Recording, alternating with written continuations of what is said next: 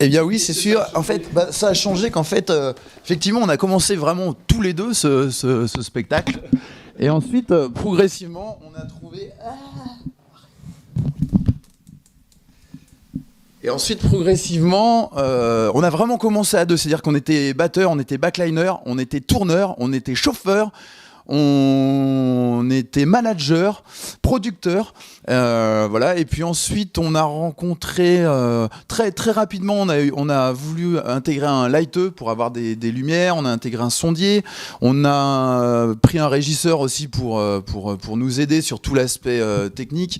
Très rapidement aussi, en montant à Paris, on a rencontré notre premier producteur et toujours actuel d'ailleurs, qui est Claude François Junior. Voilà, c'est une rencontre comme ça assez étonnante.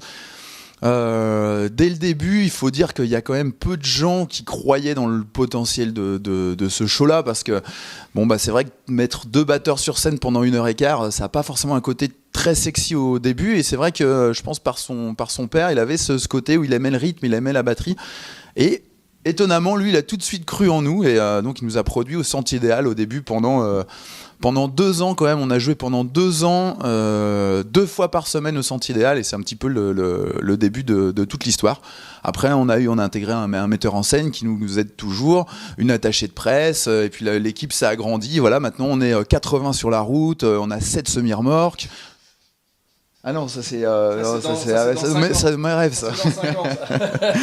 Voilà, mais c'est vrai que du coup maintenant on a toute une équipe, et pour nous c'est vraiment plus fun quand même.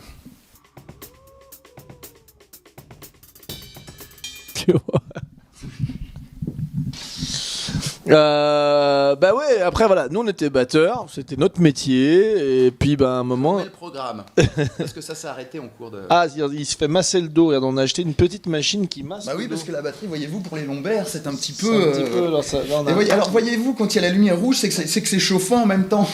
Hein, voilà, chauffant, pas chauffant, chauffant, pas chauffant. Voilà. Et après, voilà. T'es bien là? C'est bon, tu peux répondre à ta question. Quelle était la question?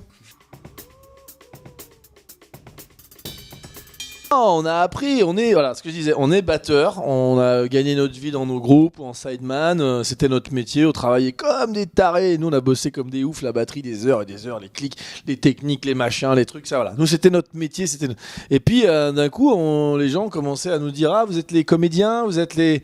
Ah bon? Alors on avait un truc identitaire à se dire, mais attends, en fait on est comédien. Ah bah vous êtes jongleur? Ben oui, on est jongleur. En fait on a appris à chaque fois, on jonglait un petit peu, mais il a fallu apprendre à jongler. On devait être comédien, on devait faire rire, il a fallu apprendre à faire rire. On a appris tout ça sur le tas, progressivement. Ça prend du temps, ouais, c'est sûr, mais c'est comme apprendre un instrument, quoi. Chaque jour tu polis le truc, chaque jour tu reprends là où tu t'es arrêté la veille, et voilà, du coup c'est assez enrichissant, mais il y a un côté identitaire pour nous qui a été vraiment... Il y a eu vraiment une crise d'identité. On était simple batteur, et là on est devenu un peu plus que ça. On est devenu batteur, comédien. Voilà, on sait qu'on peut se servir un peu plus de nos tronches maintenant. Et puis c'est surtout un peu la revanche des batteurs, ce spectacle. C'est les batteurs qui sont d'habitude toujours au fond. Et là, ils sont au premier plan. Alors évidemment, moi, on me voit plus parce que je suis plus puissant que lui. Mais... mais voilà tout. Il doit avoir un... Ah, je ne vais pas le dire. C'est marrant, je me suis auto-censuré, je fais rarement d'ailleurs. Ouais, je vois ça.